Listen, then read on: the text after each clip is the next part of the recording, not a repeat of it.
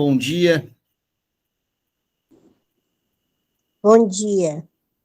Flávia ou Duprá, não sei quem está aí, bom dia para vocês também.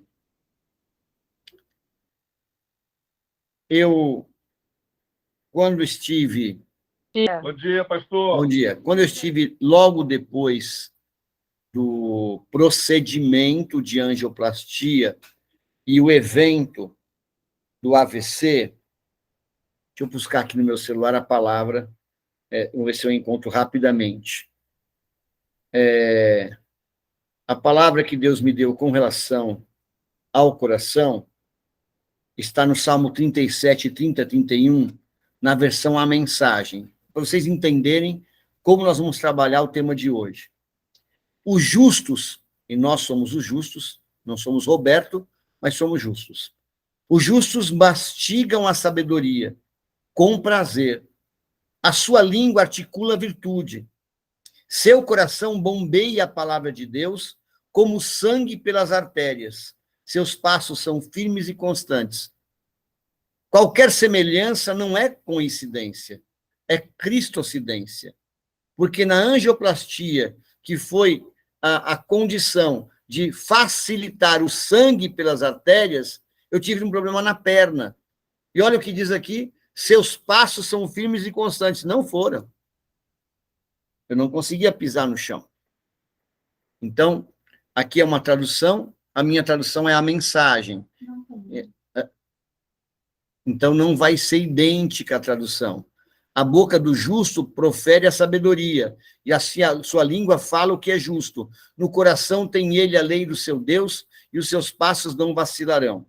A minha versão é a versão que eu escolhi para contextualizar com aquilo que eu estava vivendo.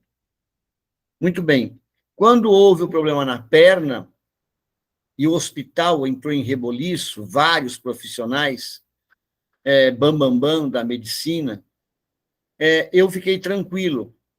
Fui para fazer um exame, não foi feito, fui para outro, não foi feito, voltei, e eu disse para a médica, eu não tenho força na perna, mas força motora, mas eu tenho força no pé. O meu pé se movimenta, mas se eu fico de pé, eu caio. Mas eu não estou preocupado com isso, eu falei para ela. A minha preocupação é que a minha bexiga também não está funcionando.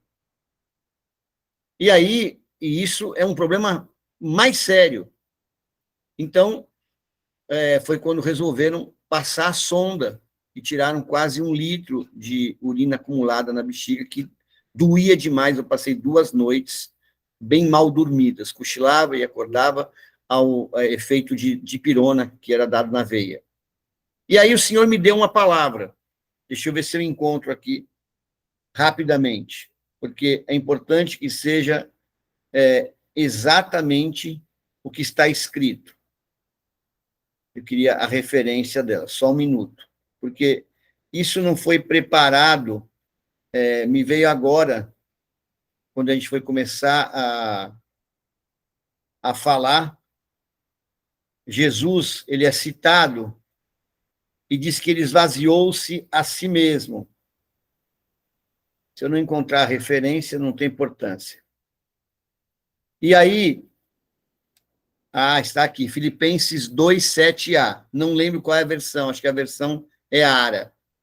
Filipenses 2:7, primeira parte. Mas Jesus esvaziou-se a si mesmo. Tanto a minha perna quanto a bexiga perderam a ação voluntária. Você não manda a sua perna andar. Você se põe a andar e a perna mexe. Isso é inconsciência. O cérebro trabalha nessa condição como se fosse um default, como se fosse um aplicativo que está instalado, ele é auto-executável. A bexiga é a mesma coisa. Então, eu tinha que firmar o pensamento para ver se saía algumas gotinhas. E ali, Deus me deu essa passagem. Mas Jesus esvaziou-se a si mesmo. E aí eu contextualizei, mas a bexiga do Osmar esvaziou-se a si mesma. E a partir dessa palavra liberada, eu comecei a melhorar. Porque o médico me deu receitou um medicamento para um diurético.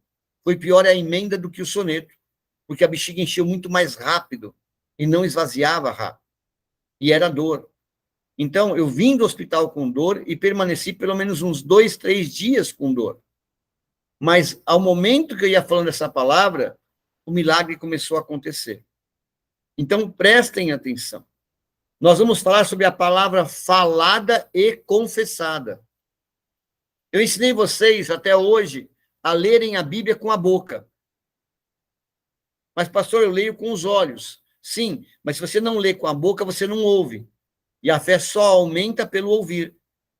A fé não aumenta com a leitura. A leitura bíblica, ela é literatura, como qualquer livro que você lê. Por isso, hoje, pela tecnologia, os audiobooks são extraordinários. Eu ouço muitos livros de pessoas, mestres em teologia, em revelações, em estudos, que compartilham com o mesmo pensamento e a mesma visão que nós temos no dia de hoje, principalmente a questão da graça, enfim. Isso facilita. Então, quando eu leio a Bíblia, eu leio ali com os olhos, e se aquilo me interessa, eu repito com a boca, porque aí eu passo a ouvir a palavra. O que acontece? Quando nós plantamos uma sementinha, ou uma mudinha, uma planta, os primeiros momentos são de muito cuidado. Quantidade de água, quantidade de sol e de vento, enfim, depende da planta, ela gosta mais da sombra, ela gosta mais do sol. E aí, se você não tem aqueles cuidados iniciais, a planta vai morrer. Assim é a palavra de Deus. E nós vamos estudar isso hoje. A palavra é uma semente. Então, se eu não cuido da semente, ela morre. Então, não é porque você foi num culto e a palavra foi extraordinária. Nossa, que palavra! Eu estou saindo daqui renovado. Ok. Isso é a parábola do semeador. Que as condições que nós vamos encontrar depois da igreja, os problemas, ou talvez a incredulidade, alguma coisa vai sufocar aquela semente. E ela vai morrer. Ela tem que cair em boa terra. E boa terra é o coração. Então, se esse coração não for um coração de carne, se for um coração de pedra, não vai brotar. O que é coração de carne e coração de pedra? O coração de carne é um coração puro, é um coração limpo, é um coração se convertendo. O coração de pedra é aquele coração de amargura, é aquele coração onde a pessoa só enxerga coisas ruins. E quando eu falo enxerga, é verdade, porque a Bíblia fala sobre os olhos do coração. Então, nós precisamos entender hoje um outro nível de tudo que a gente vem pregando, principalmente nesses últimos 2 para 3 anos. Porque nós começamos essa atividade já pouco mais de 2 anos, e nós temos trabalhado muito essa condição de ler a palavra com os olhos, repetir com a boca e ouvir com os ouvidos. E isso é muito importante. Mas se eu não repito esse processo, talvez o mesmo versículo, eu estou ensinando o meu filho na tabuada, e eu disse para ele, tabuada não se aprende se não decorar, mas a professora não disse isso. Eu tenho que entender a tabuada. Você vai entender como funciona a tabuada. Você não precisa entender a tabuada em toda a sua extensão. Você vai entender a tabuada na sua fórmula. 2 vezes 2 é 4. 2 vezes 5 é 10. É 2 mais 2 mais 2 mais 2 mais 2. Acabou. A partir daí, se você não copiar a tabuada e não houver uma massificação de falar, você não vai decorar. E vai te atrapalhar no seu futuro, na questão, principalmente, do desenvolvimento do nível de matemática, primeiro grau, segundo grau e assim por diante, e talvez na área que a pessoa escolher, vai fazer falta. Em química você usa, em engenharia você usa, talvez na própria ciência, na medicina você use também, na nutrição, com certeza, pesos e medidas. Então, esse é o mesmo princípio. Talvez a palavra, se você não for num processo de audiovisual e massificação, não se decora a palavra de Deus. Mas eu preciso decorar? Tudo não. Mas o principal você precisa. Por exemplo, eu estou numa dieta alimentar, então eu não como tudo que sirvam para mim. Eu vou comer algumas coisas. E talvez a Bíblia é a mesma coisa. Talvez você não precise conhecer a Bíblia de ponta a ponta, porque é muito difícil. mas o principal daquilo que é o seu dia a dia, a sua casa, a sua família, as suas deficiências, as suas necessidades, isso não pode faltar. Uma palavra de provisão é para todo mundo.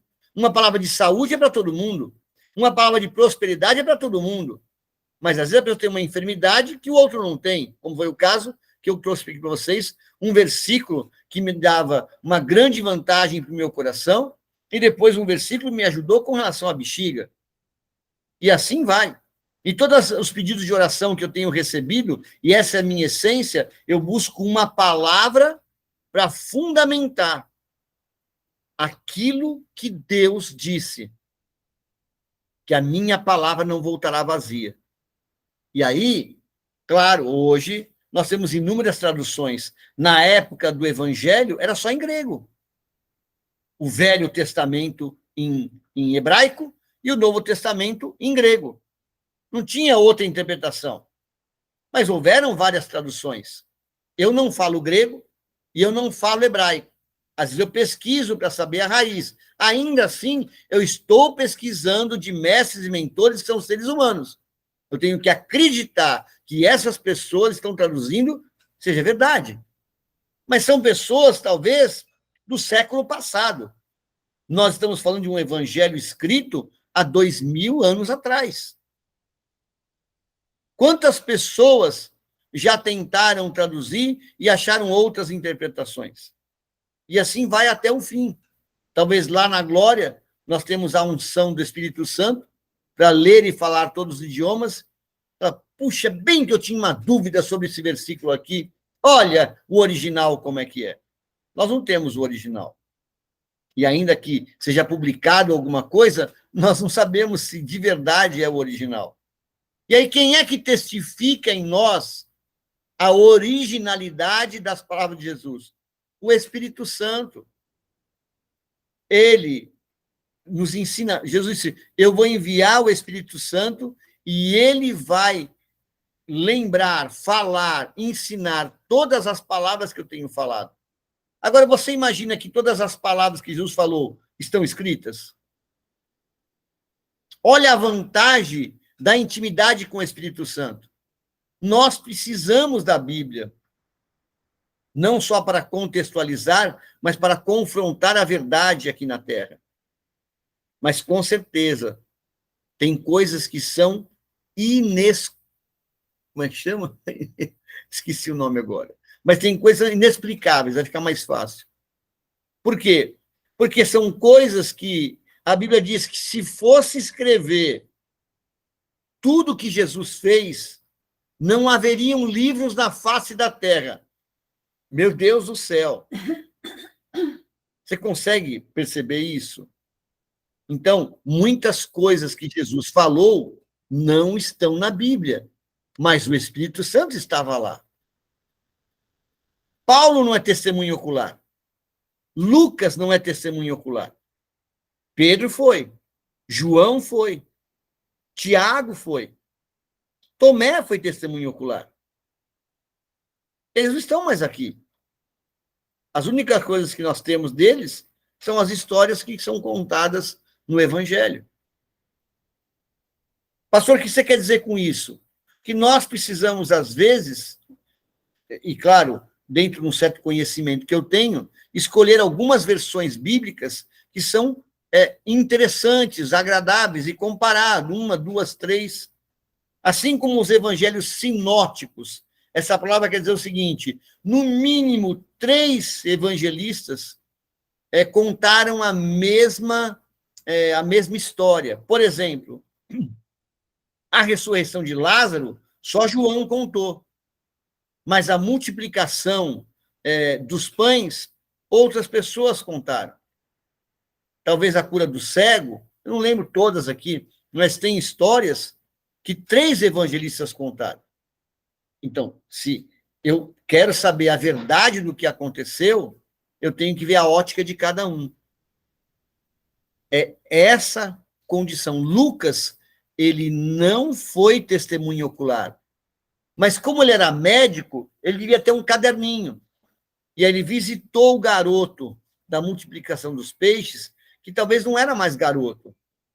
Talvez já fosse um jovem um adulto jovem, talvez até um homem casado. Talvez a mulher do fluxo de sangue já tivesse uma família com muitos filhos e foi lá tocar na casa dela. Oh, eu queria saber, conta para mim, porque ele não estava, ele aparece depois. Quando eu tenho um pouquinho desse conhecimento bíblico ou de história, me facilita. Por isso é importante cada vez aprender mais.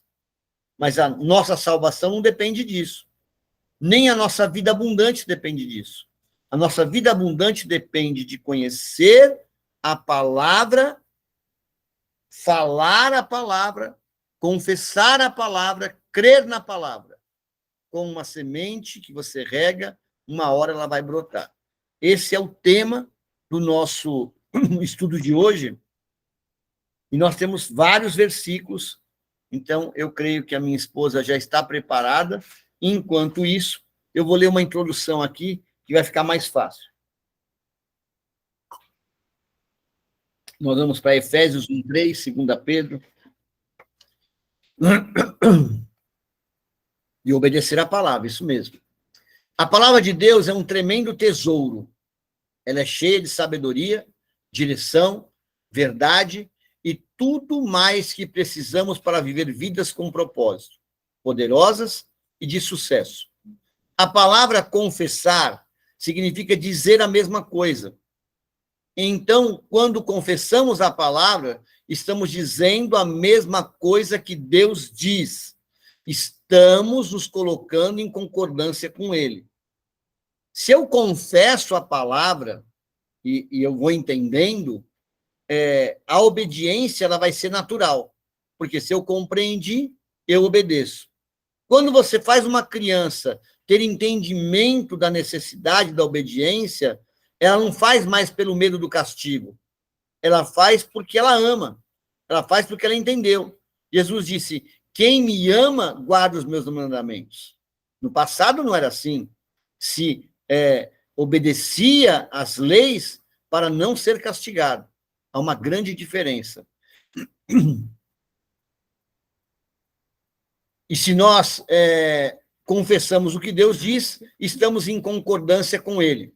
Se realmente queremos ter um profundo e dinâmico relacionamento com Deus, precisamos concordar com ele e nada nos ajudará a fazer isso como confessar a palavra. E, amados, é tão simples. Não é campanha, não é jejum. É apenas como diria, uma continuidade. É como fazer uma academia. Você faz aquilo já por repetição. No começo dói as pernas, mas depois você já está tão acostumado que você faz naturalmente aquilo. A nossa confissão fortalece o conhecimento da palavra e a nossa fé em Deus. Isso é o tema do meu livro. O que aumenta a precisão e a eficácia das nossas orações. Uau! Então, quanto mais conhecimento da palavra, quanto mais eu confesso, mais eficácia tem a minha oração. Para confessar a palavra, precisamos conhecer a palavra. Porque só podemos concordar com Deus quando sabemos o que ele fez e o que ele disse. Costumo encontrar pessoas que estão pedindo a Deus para lhes dar algo que já foi doado. E eu já fiz isso. Deus já completou a obra que vocês estão pedindo que ele faça.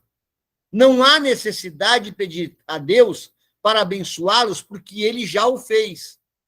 Seria melhor dizer, Deus, obrigado, porque de acordo com a sua palavra sou abençoado.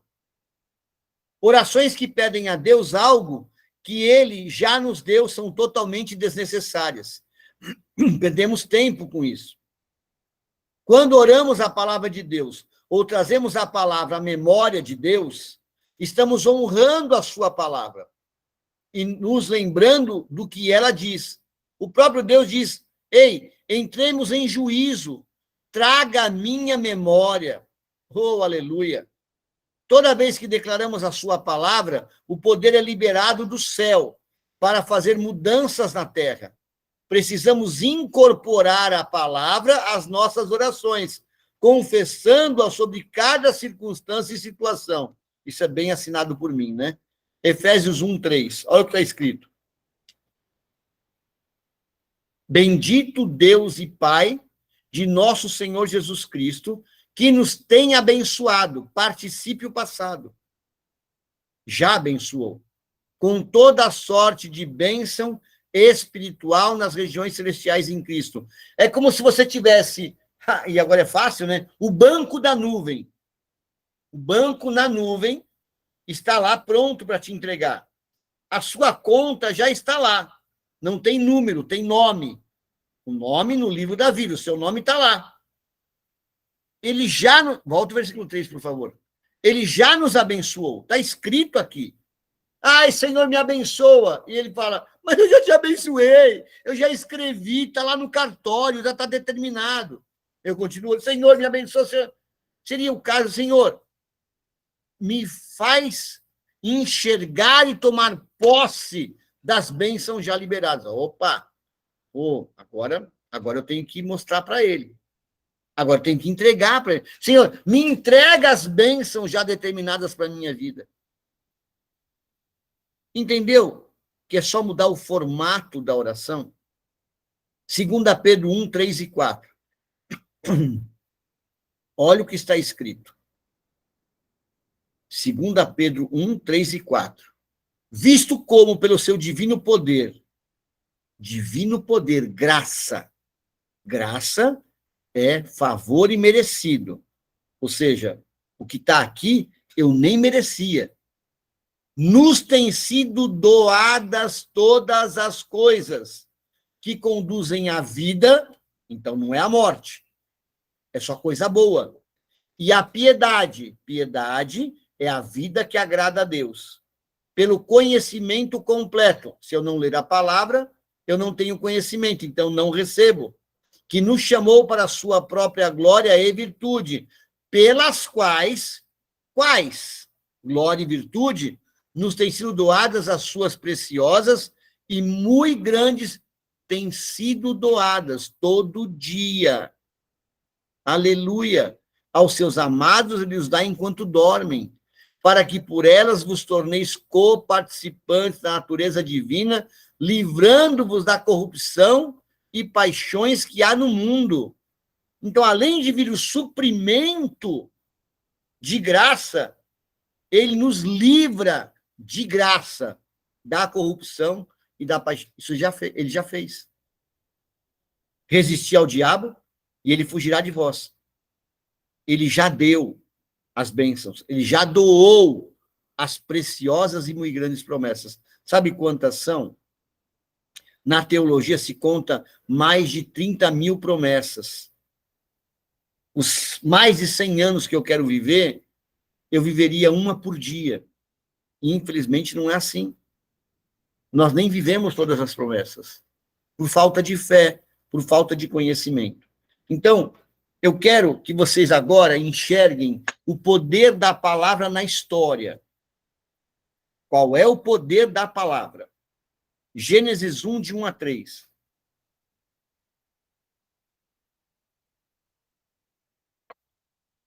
Eu não vou entrar nesse mérito agora, mas a história da humanidade que Deus quis relatar, ela tem aproximadamente 6.000 anos. Mas o planeta não tem 6.000 anos. Ele tem milhões de anos. Isso é testificado pela própria ciência. Porque já havia o planeta Terra e o inimigo foi lançado. Está aqui, ó. No princípio criou Deus os céus e a terra. Ele criou. E a terra estava sem forma e vazia. Lembra que um dia e 1.000 anos é a mesma coisa para Deus. A terra estava sem forma e vazia. Então, os 6.000 anos que nós temos, talvez, a essência do ser humano, pode-se dizer que a terra tenha 6 milhões de anos. 1.000 vezes 1.000 é 1 milhão. A terra, porém, estava sem forma e vazia. Havia trevas sobre a face do abismo. E o Espírito de Deus pairava sobre as águas. Só que nós temos a criação do céu e da terra. Mas essa terra não tinha nada. Ela estava vazia. Mas já haviam trevas. Tinha trevas. O que Deus fez? Disse Deus, haja luz, e houve luz. E Deus viu que a luz era boa. Oh, meu Deus, olha o segredo espiritual aqui. Olha o segredo espiritual. Você profetiza. Disse Deus, haja luz, e houve luz. Você profetiza. Você profetiza. O Senhor é meu pastor, e nada me faltará. Gênesis capítulo 1. O Senhor é meu pastor, e nada me faltará. Isso aqui é Salmo 23. Não precisa colocar. E aí eu declaro, o Senhor é meu pastor e nada me faltará. Mas talvez há uma escassez na minha casa. Talvez falte provisão, talvez falte dinheiro, talvez falte um remédio.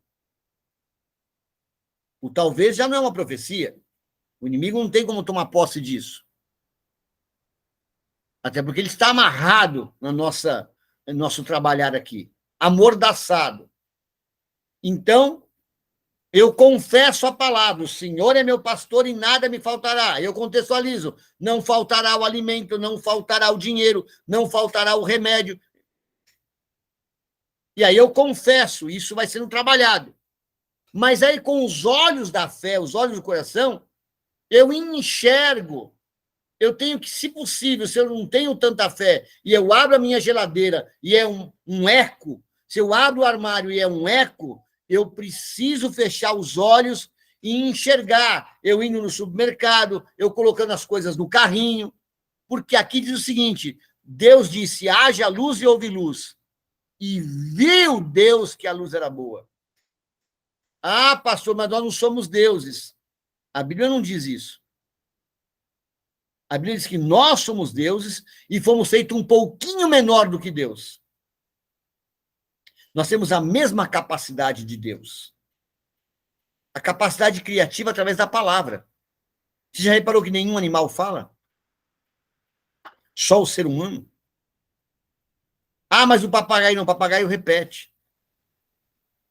O papagaio não tem uma ação intelectual, neurológica inteligente. Então, nós precisamos entender que nós, seres humanos, parecidos com Deus, formados à imagem e semelhança de Deus, poderosos como Deus. Jesus disse, aquele que crê fará as obras que eu fiz e maiores ainda. Ele foi na casa de Zaqueu, um pecador. Ele tocou na mulher do fluxo de sangue, pecadora. Ele intercedeu pela mulher adúltera, pecadora. Essa foi a maior questão de julgamento de Jesus. Ele se assentava com os pecadores. Porque ele disse, eu não vim para os sãos. Eu vim para os doentes, para curá-los.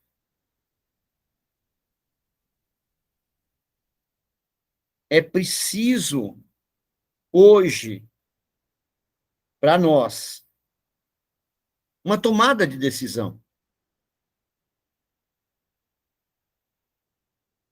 Quantos anos no mundo falávamos o que não devia? E os ditados continuam.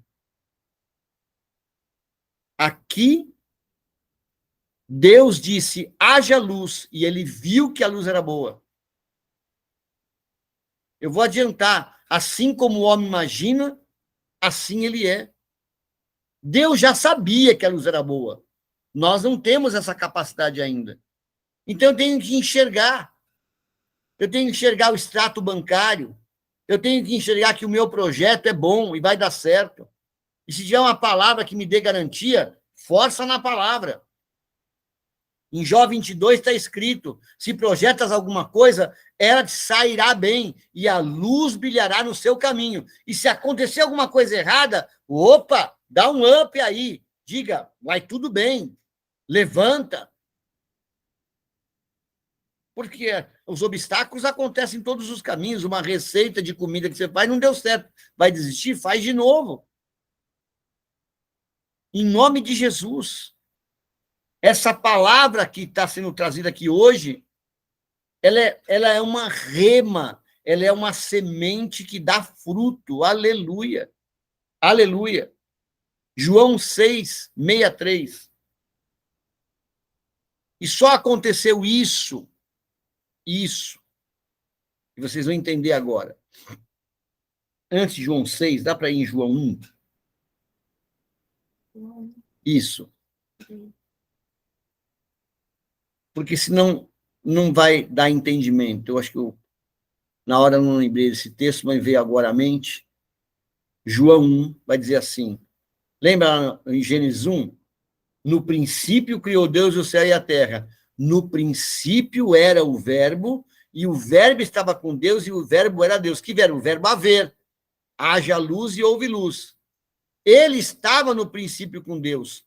Todas as coisas foram feitas por intermédio dele. Dele quem? O verbo haver. A confissão da palavra. E sem ele, nada do que foi feito se fez. A vida estava nele. A vida estava no verbo, a vida estava na palavra, e a vida era a luz dos homens. A luz resplandece nas trevas, e as trevas não prevaleceram contra ela até aqui. O verbo estava com Deus, no princípio era o verbo criou todas as coisas, e sem o verbo nada se fez. O verbo é Jesus. A nossa vida sem Jesus é vazia e sem forma. A terra estava sem forma e vazia. A nossa vida sem Jesus é sem forma e vazia. E se deixar o inimigo trabalhar, além de ser sem forma, fica deformado. Fica pior ainda. Que algo sem forma, você talvez modele, mas algo deformado, tem que quebrar o vaso para fazer de novo. Então, sem forma e vazio, é um monte de argila. Deformado é o vaso torto. Jesus vem, diz a Bíblia, que ele quebra o vaso e faz de novo, ele transforma num vaso novo. Então, esse é o entendimento do que nós temos que ter a respeito do início de tudo. Ele fez através do verbo haver, através da palavra, haja luz e houve luz, e viu que a luz era boa. Então, tudo que nós podemos fazer com a nossa vida, só podemos fazer por intermédio dele, por intermédio da palavra dele. Eu não posso simplesmente, eu vou prosperar. Eu tenho que ter algum argumento bíblico que me garanta isso. Ah, nós temos. Deixa eu achar aqui, rapidamente. Esse também não estava no script. Mas aqui está escrito assim. Aleluia. Que a graça do Senhor nosso Deus pouse sobre nós, faze prosperar as obras das nossas mãos. Sim, confirma a obra das nossas mãos. Salmo 90, 17. Então, eu preciso do endosso. Você não faz uma receita de comida sem os ingredientes. A receita do sucesso da nossa vida, o ingrediente é o verbo, a palavra, Jesus Cristo. Oh, aleluia. João 6, 63.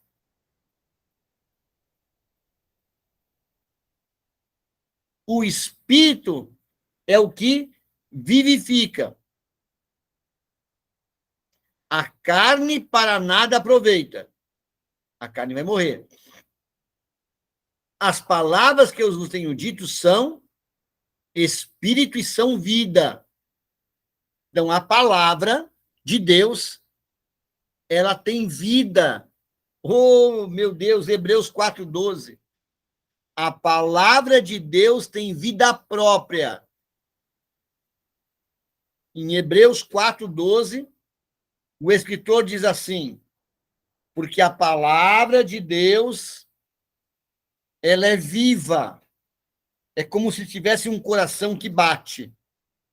Ela é o próprio Espírito de Cristo. A palavra não é o verbo? O verbo não é Jesus? A palavra não tem espírito? Então, porque a palavra de Deus é viva e eficaz, e mais cortante do que qualquer espada de 2 gumes. Sabe o que é espada de 2 gumes? Não é a espada afiada dos 2 lados.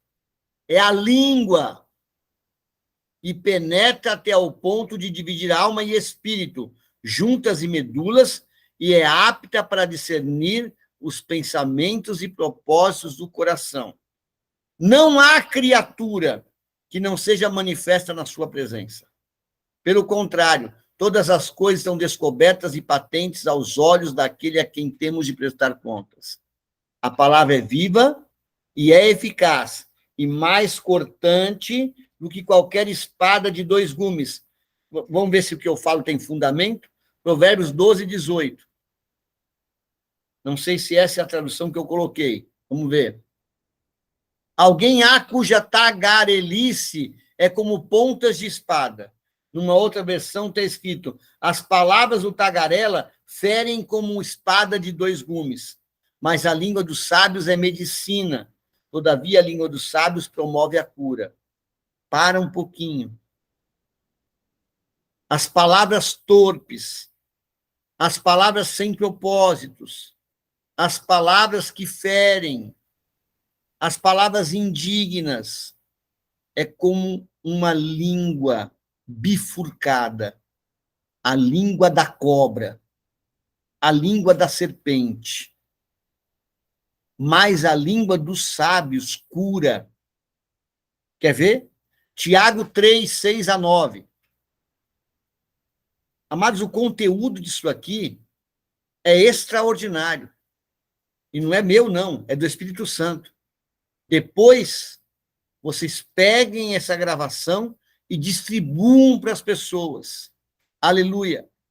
Ora, a língua é fogo, é mundo de iniquidade. A língua está situada entre os membros de nosso corpo e contamina o corpo inteiro, e não só põe em chamas toda a carreira da existência humana, como também é posta ela mesma em chamas pelo inferno. Pois toda espécie de feras, aleluia, de aves, de répteis, de seres marinhos, se doma e tem sido domada pelo gênero humano. A língua, porém, nenhum dos homens é capaz de domar. É mal incontido, carregado do veneno mortífero.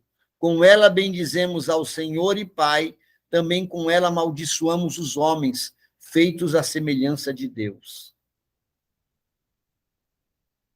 Eu conheci um homem crente. Se você conhece alguém crente, põe crente com letra maiúscula nesse homem. E das poucas vezes que eu conheci, que eu tive contato com ele recitava assim, dizendo para as pessoas, cobrando das pessoas a santidade. Olha, é melhor ter um olho só do que ter 2 e ir para o inferno. É melhor ter uma perna só do que ter 2 e ir para o inferno. Sabe como ele morreu? Cego de um olho e coxo de uma perna que foi amputada. Porque ele falava isso cobrando das pessoas uma santidade que não existe em ninguém. Não existe em ninguém. Não há um justo na face da terra que não cometa um erro, diz a palavra. Como diria meu pai, o peixe morreu pela boca. E tantos outros casos podemos citar aqui, dos amigos, da família. Já citei essa questão da mulher que chegou na igreja desesperada antes do culto, pedindo ajuda, uma senhorinha de uns 70, 80 anos. Me ajude, eu preciso confessar. Eu falei, nós não somos igreja católica, aqui não se confessa pecado. Se você for lá na frente conversar para Deus, não, mas eu preciso que alguém ouça o que eu tenho para falar. E eu fui pego nessa condição. E ela disse, eu tive uma filha muito rebelde, desobediente. E ela me provocava, ela me agredia, eu diria, você vai morrer seca e eu vou ver com os meus olhos. E eu acabei de enterrar minha filha hoje. Era pele e osso. Eu sei que fui eu que decretei a morte da minha filha.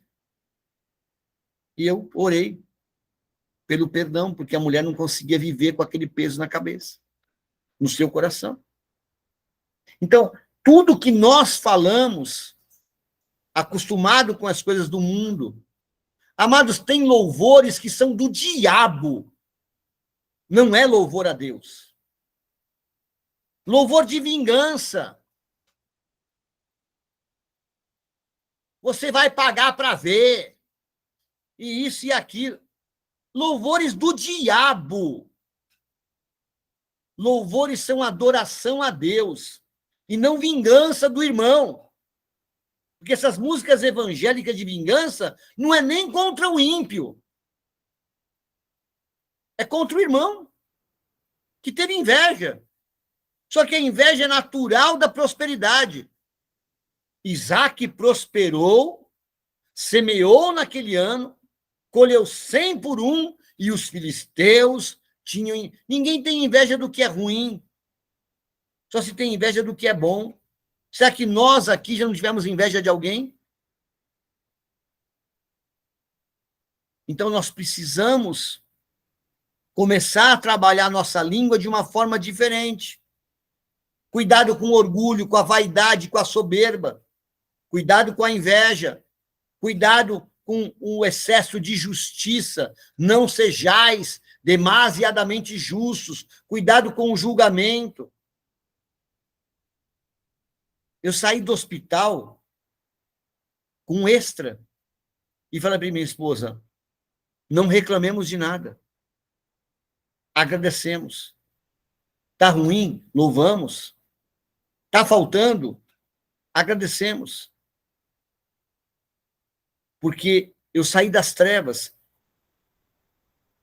Eu senti o diabo no hospital me puxando para baixo da maca. Tive um pesadelo. E eu brigava com ele. Então nós precisamos entender que há uma luta no mundo espiritual. Mas eu não posso viver como crente. Como é que tá, irmão? Estou na luta. Não, estou na bênção. Estou na graça. Estou prosperando, estou abençoado, sem medo de ser feliz. Às vezes a pessoa não fala que está prosperando com medo que o outro peça alguma coisa. E se tiver condições, doa, oferece, porque Deus multiplica muito mais. Está lá, 2 Coríntios 9, versículo 6 em diante. O princípio da doação, o princípio da oferta, o princípio da caridade é a palavra. Em nome de Jesus, Romanos 10, 8. A nossa língua não pode ser bifurcada. Ah, aqui eu esqueci de passar esse versículo. De uma só boca procede bênção e maldição. Aqui, ó, com ela bendizemos ao Senhor Pai, também com ela amaldiçoamos os homens feitos... Acabei de falar do louvor. Vai pagar para ver. Você vai ter que ver o meu sucesso. Você vai estar por baixo, eu vou estar por cima. Oh, mas é a palavra de Deus, Senhor. Uau, mano. Não é isso que Deus fala. Você estará por cima e não por baixo. Não diz com relação ao irmão, diz com relação à situação. Deuteronômio capítulo 28. Acabamos de conversar, eu e o Alex, texto fora do contexto é pretexto. E aí eu uso um versículo para justificar o meu pecado. Oh, meu Deus. Acaso pode a fonte jorrar do mesmo lugar o que é doce e o que é amargoso? Acaso, meus irmãos, pode a figueira produzir azeitonas ou a videira figos? Tampouco fonte de água salgada pode dar água doce. Até aqui. Vamos para Romanos 10, 8. A palavra falada, confessada e creditada. Eu tenho que dar crédito a ela, eu tenho que crer. Por quê? Está aqui, ó. Porém, que se diz? A palavra está perto de ti. Está perto de mim. Não só na minha frente, mas está aqui, ó, na minha Bíblia. Na tua boca. Então, eu já li, eu já meditei. Se é na minha boca, eu estou falando. E no teu coração. Porque quando eu repito várias vezes, ela fica no meu coração. E Jesus disse, o homem só fala o que o seu coração está cheio. Do que o meu coração está cheio? De amargura, de vingança, de julgamento, de soberba, de vaidade, de orgulho. No teu coração, isto é, a palavra da fé que pregamos. Então, não é qualquer coisa, não é qualquer coisinha. Se com a tua boca confessares Jesus como Senhor e em teu coração creres que Deus o ressuscitou entre os mortos, será salvo. Você já deu atenção para isso? Eu tenho que crer na mensagem da cruz, que ele morreu e que ele ressuscitou. Se não houver essa fé, eu não renasci em Cristo. Não, eu levantei a minha mão na igreja e eu repeti o que eles falaram. Mas você creu que Jesus ressuscitou? Você creu que ele morreu na cruz por você? Ah, não é bem assim, né? Então, não adiantou nada. Não adiantou nada. E se foi batizado nessa condição, não adiantou nada. Nada do nada do nada. Eu preciso que a palavra esteja perto de mim, na minha boca e no meu coração. A palavra perto de mim, na minha boca e no meu coração. Efésios 1:18. Lembra que eu disse que eu tenho que enxergar com os olhos? Efésios 1:18. Disse Deus, haja luz, e houve luz, e viu que a luz era boa. Iluminados os olhos do vosso coração, para saberdes qual é a esperança do seu chamamento, qual é a riqueza da glória da sua herança nos santos. Qual é a riqueza da sua herança? Você sabe? Sem conhecer a palavra, não vai saber. Sem conhecer a palavra, você não sabe qual é a tua herança. Iluminados os olhos do coração. Então, eu não enxerguei com os olhos ainda. Eu enxerguei com a fé. Eu enxergo que tudo vai dar certo. Eu enxergo que a dificuldade vai passar. E em vez de eu orar para Deus, eu já fiz essa oração, Senhor, me tira da miséria. Senhor, me tira do opró.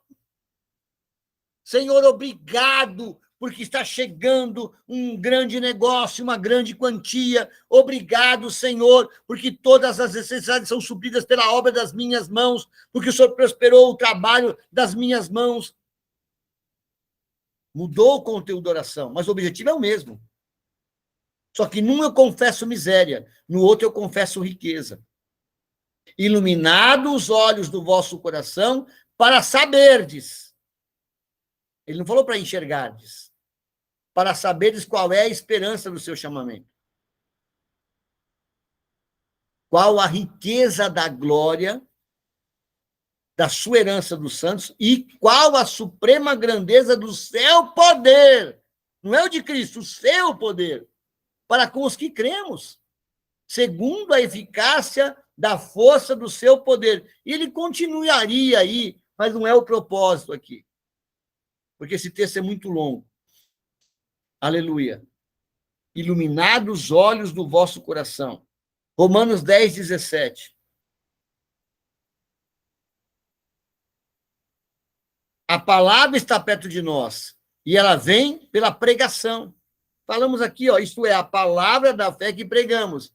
A fé vem pelo ouvir, ouvir a pregação e a pregação da palavra de Cristo. Amados, se nós pegarmos os heróis da fé, vai falar de Abraão, vai falar de Raabe, mas presta atenção. A sua fé, ela aumenta quando você ouve a pregação de Cristo. Eu uso muito o Velho Testamento e contextualizo para mim. Mas eu entendi em Cristo que eu devo confessar. Então, se eu não conhecer Cristo primeiro, eu não vou entender o Velho Testamento. Vai ser só história. E assim a fé vem pela pregação e a pregação pela palavra de Cristo. Romanos 10:8. A palavra está perto de ti, na tua boca e no teu coração, isto é, a palavra da fé que pregamos.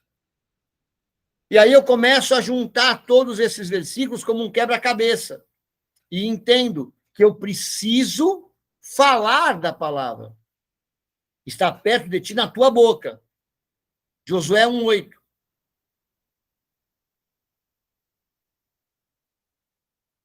Aleluia. Não cesses de falar deste livro da lei.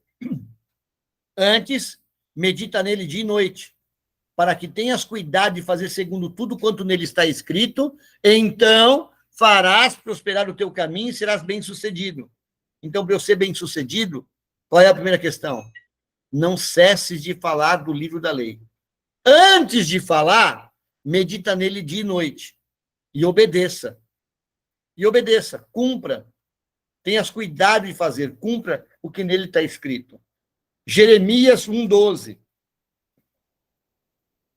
Aleluia.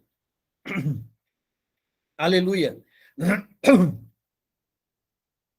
Disse-me o Senhor, viste bem, porque eu velo. Já foi num velório? O que você faz? Você vela o corpo. Enquanto a vela está acesa lá, você está acompanhando ali a cerimônia até o sepultamento. Então, presta atenção, o que é o velório é o que antecede o sepultamento. Por que Deus vela a palavra? Até se cumprir o que está escrito. No caso do velório, o que vai cumprir? O sepultamento do morto. Mas o que aqui? Por que Deus vela? Ele não vela para a morte, ele vela para a vida. Então, ele vela para cumprir a palavra dele em nós. Misericórdia! Misericórdia! Isaías 55, 10 e 11. Porque assim como descem a chuva e a neve dos céus e para lá não tornam, sem que primeiro reguem a terra e a fecundem e a façam brotar, para dar semente ao semeador e pão ao que come, assim será a palavra que sai da minha boca. Não voltará para mim vazia, mas fará o que me apraz e prosperará naquilo que a designei. Não tem nem o que explicar. Lucas 8, 11 a 15.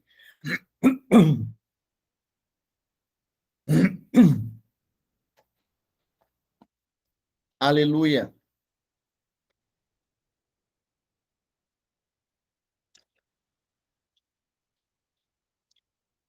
Este é o sentido da parábola. A semente é a palavra de Deus.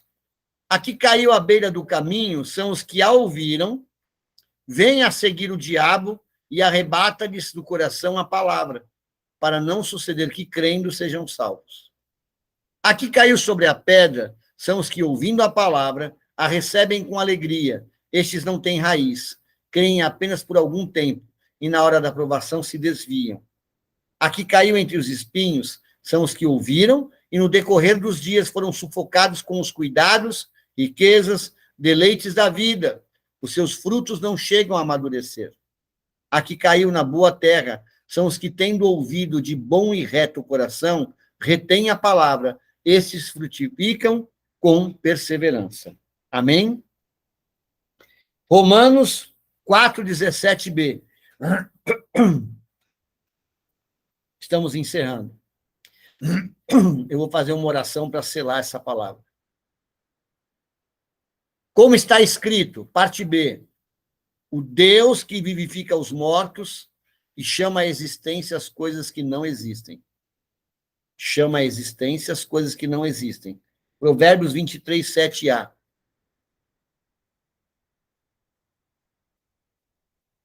Porque como imagina em sua alma, assim ele é. Lembra dos olhos do coração? Então, eu imagino, mente.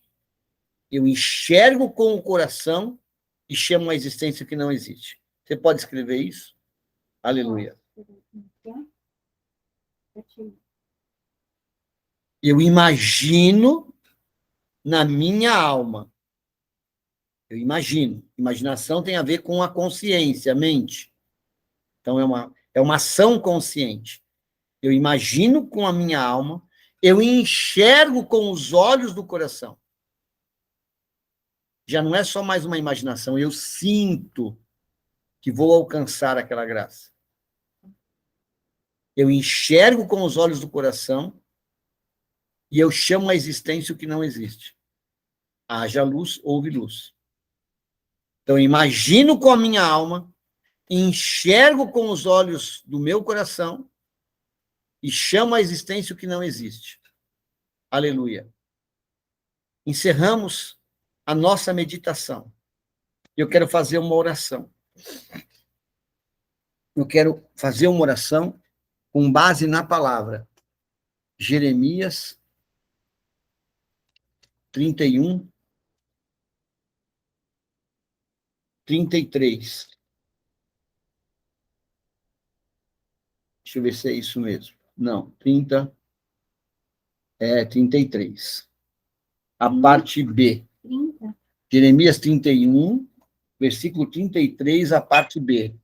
Eu vou orar nesse sentido, e depois nós vamos fazer a ceia logo em seguida, e depois da ceia nós vamos orar. Não. Parte B. Aliás, inteiro. Porque esta é a aliança que firmarei com a casa de Israel. Nós somos a casa de Israel. Depois daqueles dias, diz o Senhor, na mente lhes imprimirei as minhas leis, a palavra de Deus. Também no coração lhes inscreverei, e eu serei o seu Deus, e serão o meu povo. Lembra do que estava escrito? Volta. A palavra está perto de ti, na tua boca e no teu coração. Deus, para você falar, ele imprime na tua mente. É uma impressão, você vê. Mas ele crava, ele inscreve. Sabe aquela gravação na aliança com o buril? Igual os 10 mandamentos, foi gravado na pedra com o dedo de Deus. Então, eu quero orar nesse sentido. Que essa palavra, Senhor, meu Deus e meu Pai, eu profetizo, Jeremias 31, versículo 33, para todos aqueles que estão conectados agora, e aonde chegar o som da minha voz, para aqueles que receberão esta palavra, o Senhor, o Espírito Santo, está imprimindo na mente a palavra de Deus e está inscrevendo, gravando nas tábuas do coração, para eles terem consciência de que Deus é o nosso Senhor, Jesus Cristo, e nós somos o seu povo. Em nome de Jesus, amém, e graças a Deus. Aleluia. Nós selamos esta palavra e declaramos que ela é bem-vinda ao nosso coração. Vamos também cumprir aquilo que nós acreditamos de Atos, capítulo 1, versículo 40 e alguma coisa, deixa eu ver. Não, capítulo 2, versículo 42. E perseveravam na doutrina dos apóstolos, na comunhão, no partir do pão e nas orações. Versículo 46. Diariamente, todo dia, perseveravam unânimes no templo, partiam pão de casa em casa e tomavam suas refeições com alegria e singeleza de coração, louvando a Deus e contando com a simpatia de todo o povo. Enquanto isso, acrescentava-lhes o Senhor dia a dia os que iam sendo salvos. Então, na minha casa, nós cumprimos o que está escrito. Partiam o pão de casa em casa diariamente. Por isso, na minha casa, nós celebramos a ceia todos os dias. Ele disse, quando vos reunides, anunciai a minha morte até que eu venha. Na noite que ele foi traído, ele deu graças. A noite que ele foi traído, Ele acabara de comer a Páscoa, a velha aliança, mas ele queria uma nova aliança. Uma nova aliança. Ele partiu, ele repartiu e ele distribuiu. Danilo, distribui para mim, por favor. Não, leva o pratinho. O meu diácono Danilo está servindo a ceia aqui em casa. Aleluia. Porque diácono é o que serve. Jesus disse: quem não comer da minha carne e não beber do meu sangue. Jesus não fez restrição de pessoas pelo pecado. Jesus não fez restrição de pessoas que não se consagraram. Jesus não fez restrição de pessoas que haviam cometido um delito. Ele disse: quem não comer da minha carne e não beber do meu sangue não tem vida em si mesmo. Então ele estava dizendo: participem da ceia para renovarem a sua vida. O pão simboliza o corpo. Isso é o meu corpo que é dado por vós. Então, quando eu anuncio a morte e tenho o corpo de Cristo nas minhas mãos, ele está me levando para a mensagem da cruz. E ele, na cruz, levou sobre si as nossas dores e as nossas doenças. Presta atenção. O comer o pão fortalece a nossa saúde, porque é o que está escrito. Então, sede fortes, comamos.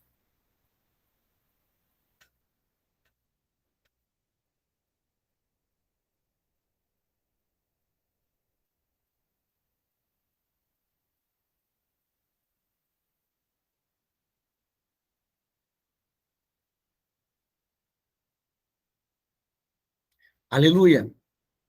Eu tenho que crer que a recuperação em quase 100% da minha perna, ela não foi apenas pela minha fé. É porque nós temos um crédito da ceia no mundo espiritual. Jesus olha lá de cima e diz: essa é uma casa que me honra. Está entendendo? E aí ele me dá o alívio. Ele não me deixou passar pela aflição. Eu passei pela aflição, porque ele disse: no mundo 3 aflições, mas tem de bom ânimo. Eu venci o mundo. E aí ele pega o cálice e diz: esta é a nova aliança no meu sangue. Agora sim, somos livres do pecado. Agora sim. Porque era o sangue do cordeiro derramado no tabernáculo que pagava os pecados do povo. Sem derramamento de sangue, diz a lei, não há remissão de pecados.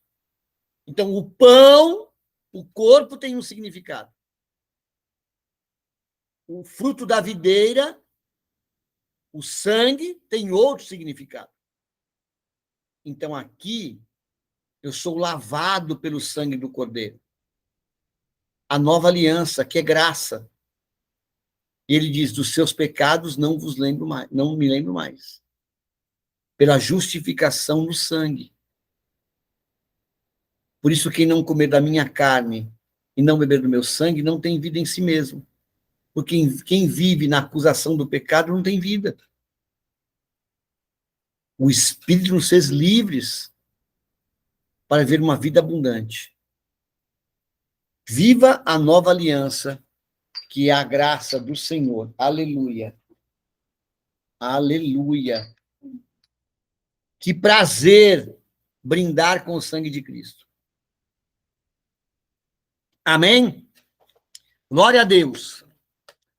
Vamos agora para a nossa intercessão. Amém? Aleluia. Louvado seja.